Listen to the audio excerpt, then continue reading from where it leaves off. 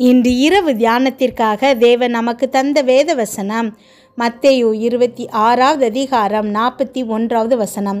நீங்கள் சோதனைக்குட்படாதபடிக்கு விழித்திருந்து ஜெபம் பண்ணுங்கள், ஆவி உற்சாகமுடையதுதான், மாம்சமோ பலவீனமுள்ளது என்றார். கிறிஸ்துவுக்குள் பிரியமானவர்களே, நம்மளை பாவம் பண்ணுவதற்கான தூண்டுதல்களிலிருந்து தேவன் தப்பு வைக்கிறாரு. எப்படி அப்படின்னா, நம்ம ஜெபம் பண்ணுறது மூலமாக. இப்போ ஏதாவது ஒரு கெட்ட பழக்க வழக்கங்களுக்கு நீங்கள் அடிமையாக இருக்கீங்க அப்படின்னா, இல்லை குடிக்கிறாங்க, அப்படி இல்லைன்னா ஏதாவது ஒரு சோஷியல் மீடியா இன்டர்நெட்டுக்கு அடிமையாக இருக்கீங்க, இல்லை ரொம்ப கோவப்படுறீங்க, நிறைய சாப்பிட்றீங்க, நிறைய தேவையில்லாமல் பேசுகிறீங்க, தேவையில்லாத விஷயங்கள் அடுத்தவங்க கிட்ட போய் சொல்லிடுறீங்க, இந்த மாதிரி ஏதோ ஒரு கெட்ட பழக்க வழக்கங்களுக்கு நீங்கள் அடிமையாக இருக்கலாம். அதிலிருந்து நீங்கள் விடுதலை ஆகணும் அப்படின்னு சொல்லி நிறைய நாட்களாக ட்ரை பண்ணுறீங்க. இதிலிருந்து நான் என்னமே செய்ய மாட்டேன், இன்னையிலேருந்து நான் இதை என்னமே பண்ணவே மாட்டேன் அப்படின்னு நீங்கள் சுயமுயற்சினால் நிறைய நாள் முயற்சி எடுத்திருக்கீங்க. ஆனால் உங்களால் அதிலிருந்து வெளியே வரவே முடியலை அப்படின்னா, இன்றைக்கு ஒரே ஒரு சொல்யூஷன், அது ப்ரேயர், ஜெபம். நீங்கள் தேவன்கிட்ட ஜெபம் பண்ணும்போது அவரால் எல்லாமே செய்ய முடியுங்கிறதுனால, உங்களுக்குள்ள அவர் இருக்கிறதுனால நீங்கள் கண்டிப்பாக அதை ஜெயிக்க முடியும்.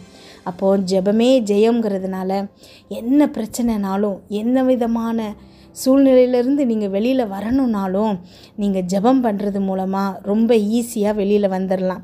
இப்போது வேதத்தில் நம்ம எடுத்துக்கிட்டோம் அப்படின்னா, யோசேப்பு போத்திபார் வீட்டில் இருக்கிறான், அங்கே அடிமையாக இருக்கிறான்.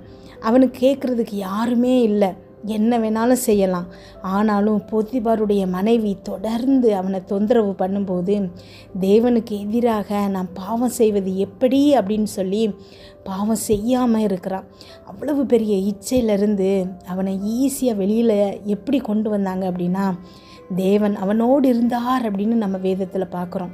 அப்போது கர்த்தர் அவனோடு இருக்கும்போது கண்டிப்பாக அவனால் பாவத்தில் விழ முடியலை. உங்கள் வாழ்க்கையில் எல்லா விதமான பாவங்கள்லேருந்தும் நீங்கள் விடுபடணும் அப்படின்னா தேவன் உங்களோடு இருக்கணும். அதுக்கு நீங்கள் ஜெபிக்கணும். தொடர்ந்து நீங்கள் ஜெபிக்கும்போது தேவன் உங்களுக்கும் அதே விதமான தைரியத்தை உங்களுக்கு கொடுக்க வல்லவராக இருக்கிறாரு. இப்போது பாவம் செய்கிறதுக்கான விருப்பம்தான் நம்மளை பாவத்தில் விழ வைக்குது.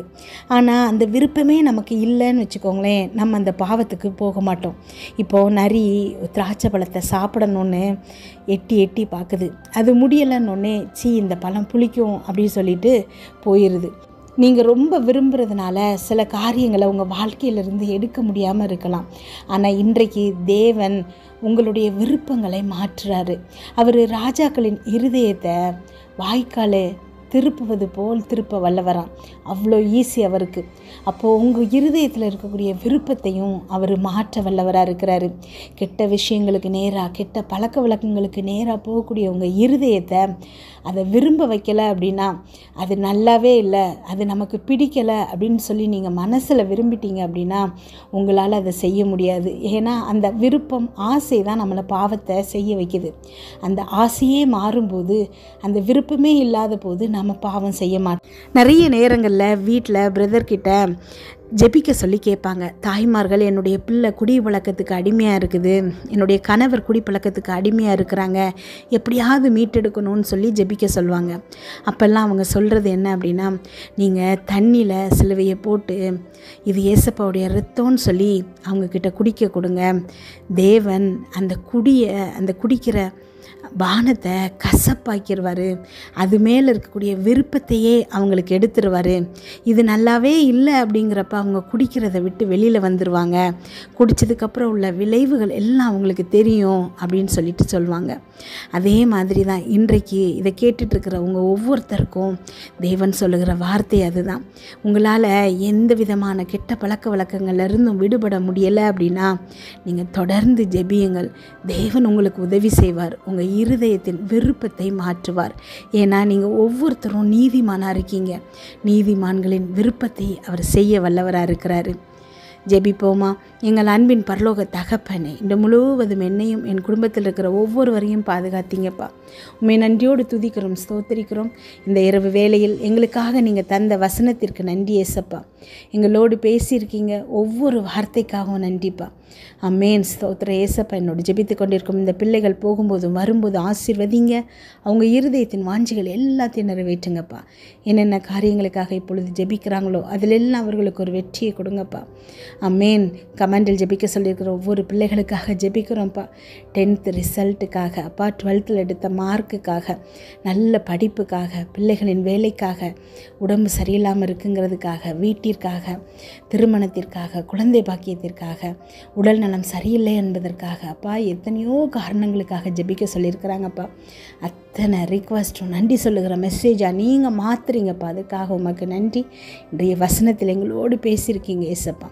என்னோடு ஜெபித்து கொண்டிருக்கும் இந்த பிள்ளைகளில் அப்பா, அநேக பேர் இந்த பாவத்தினால் கஷ்டப்படுறாங்கப்பா. கெட்ட பழக்க வழக்கங்கள் அப்பா, யாருக்கிட்டையும் சொல்ல முடியலை, கணவன்கிட்ட சொல்ல முடியலை, மனைவி கிட்ட சொல்ல முடியல, யாருக்கும் தெரியாமல் மனசில் குமுறலோடு, ஐயோ எனக்கு இது பிடிக்கலை, ஆனாலும் நான் செய்கிறேனே, என்னால் இந்த இச்சையை மேற்கொள்ள முடியலையே, என்னால் இந்த கெட்ட பழக்க வழக்கங்கள்லேருந்து வெளியில் வர முடியலையேன்னு அப்பா கண்ணீரோடு ஜெபித்து கொண்டுட்ருக்காங்கப்பா. அமேன். இன்றைக்கு இந்த பிள்ளைகளுக்கு நீங்கள் விடுதலை கொடுக்குறீங்க ஏசப்பா. இருதயத்தின் விருப்பத்தை மாற்றுறீங்க ஏசப்பா. ராஜாக்களின் இருதயத்தை திருப்புவது இந்த பிள்ளைகளின் இருதயங்களை நீங்கள் திருப்புறீங்க ஏசப்பா. பாவத்திலிருந்து அப்பா ஸ்தோத்திர ஏசப்பா, இவங்களுடைய இருதயம் இப்பொழுது மாற்றப்படுகிறது ஏசப்பா. இருதயத்தின் விருப்பத்தை அப்படியே நீங்கள் மாற்றுறீங்க ஏசப்பா. இனி அப்பா, இவங்க இந்த பாவங்களை செய்ய போவதில்லை என்பது உறுதியாக நாங்கள் விசுவாசிக்கிறோம். என்னோடு ஜெபித்து கொண்டிருக்கும் உங்கள் ஒவ்வொருத்தர் மேலேயும் தேவனுடைய பிரசன்னம் இப்பொழுது மூடுகிறது. ஆமேன். அவர் உங்களை மகிமைப்படுத்த போகிறார். அவர் உங்களை எவ்வளவு நேசிக்கிறார் அப்படின்னா, 99 ஆடுகளை விட்டுட்டு தொலைஞ்சி போன உங்களை தேடி அலைகிறாரு, கண்டுபிடிச்சி கட்டி அணைத்து கொள்கிறாரு. அவருடைய சந்தோஷம் நீங்கள் மனம் திரும்புறதுல தான் இருக்குது. கெட்ட குமாரன் தன்னுடைய தந்தையை மிகவும் அவமானப்படுத்தி தூர தேசத்துக்கு போய் அத்தனையும் தொலைத்து பாவம் செய்து திரும்பி வரும்போது அவனை வரவேற்று கட்டி அணைத்து புதிய ஆடைகளை கொடுத்து இவ்வளவு அன்பாக நேசிக்கிற அதே தேவன் தான் இன்றைக்கு உங்கள் கூடயும் இருக்கிறாரு. நீங்கள் எப்பேற்பட்ட பாவத்தில் இருந்தாலும் சரி, எவ்வளவு தூரம் விலகி போயிருந்தாலும் சரி, மனம் திரும்பி அவரோடு வரும்போது அவர் கட்டி அணைக்கிறாரு, உங்களை முத்தம் செய்கிறாரு, உங்களை ஆசீர்வதிக்கிறாரு, உங்கள் தேவைகள் அத்தனையும் சந்திக்கிறாரு. அப்பேற்பட்ட அன்பான தேவனை தான் நாம் ஆராதிச்சிட்ருக்கிறோம். அமேன். உங்கள் ஒவ்வொருத்தருடைய இருதயங்களும் இன்றைக்கு மாற்றப்படுகிறது. தேவனை நோக்கி நீங்கள் வருறீங்க. தேவன் உங்களுக்காக யுத்தம் செய்கிறாரு. உயிரோடு இருக்கும் வரைக்கும் உங்களுக்கு முன்பாக ஒருவரும் எதிர்த்து நிற்க முடியாது. ஏன்னா உங்கள் பக்கத்தில், உங்களுக்கு அருகில் உங்களுக்காக தேவன் இருக்கிறாரு. அவர் தாமே உங்களுக்காக யுத்தம் செய்கிறாரு. அவர் சொன்னார், கண்டிப்பாக அதை செய்கிறாரு. உங்களுக்கு எதிராக வரக்கூடிய அத்தனை அசுத்தாவியின் கிரியைகளில் இருந்தும் தேவன் உங்களை விடுவிக்கிறாரு. அவர் உங்களுக்கு கூறிய ஒவ்வொரு வார்த்தைகளும் நிறைவேற்றப்படுது. அதில் ஒன்று கூட தவறி போகவில்லை. என் பலனாகிய கர்த்தாவே உங்களை அன்பு செய்கிறேன் அப்படின்னு மட்டும் நீங்கள் சொல்லுங்கள். சங்கீதக்காரன் அதை தான் சொல்கிறான். என் பலனாகிய கர்த்தாவே உண்மை நாங்கள் அன்பு செய்கிறேன்னு சொல்கிறார். இந்த ஒரு வார்த்தைக்காக தேவன் உங்களுக்காக எல்லா காரியங்களையும் செய்ய வல்லவராக இருக்கிறாரு. அவர் தான் நம்முடைய கண்மலை, நம்முடைய கோட்டை, நம்முடைய இரட்சகர், நம்முடைய தேவன், நாம் நம்பி இருக்கிற துருகம், நம்முடைய கேடகம், நம்முடைய இரட்சணிய கொம்பு, நம்முடைய உயர்ந்த அடைக்கலமாக இருக்கிறாரு. துதிக்கு பாத்திரராகிய கர்த்தரை நோக்கி நம்ம கூப்பிடுவோம்.